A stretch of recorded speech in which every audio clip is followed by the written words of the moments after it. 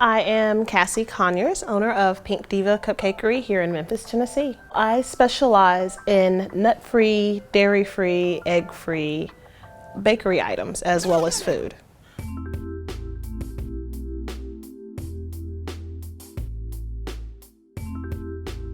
Actually, I don't advertise towards vegetarians and vegans because I use little code words that people know when I say it's free of eggs, nuts, milk, and dairy. They understand that it's vegan, but it also advertises to those people with allergens too. So my biggest draw has been from people with allergens.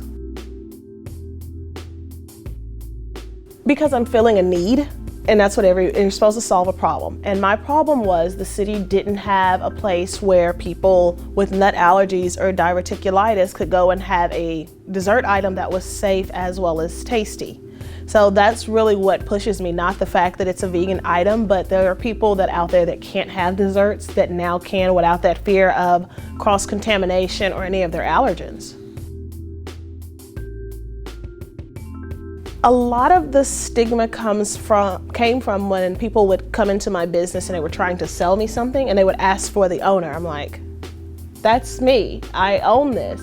Or they would come in and say, oh, this is cute. No, this isn't cute. This is what I do for a living. So it's just that, oh, I'm a girl, I'm not supposed to have this. I'm supposed to have a husband that runs it and things like that.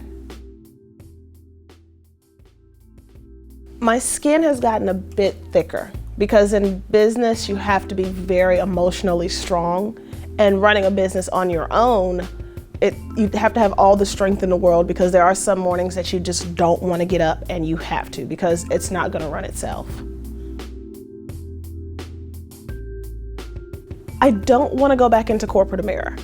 It's just I wouldn't get any joy from it. And right now I've downsized the business to just catering. So I'm not working every day. And I'm like, do I want to go get a part-time job? I'm like, no, I don't want to help someone else who's already fulfilled their dreams. So what I do in my downtime, I help my other friends that have businesses, help them with any little bookkeeping, anything they need done. That's what I do for them, because what's the point in helping someone else that's already made it?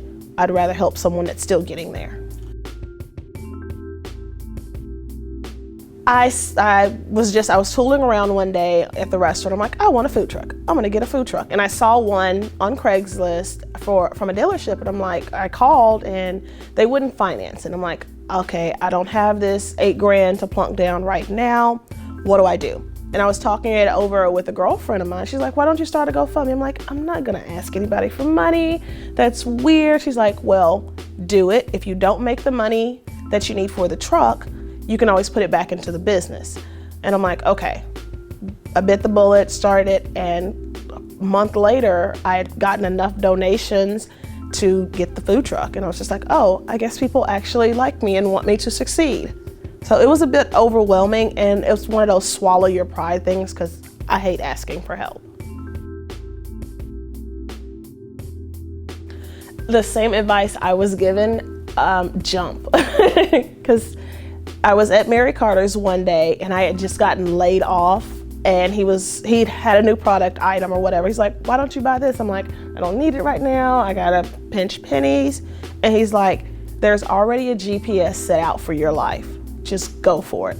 And from that day forward, I just went for it and things just started opening up. Just go.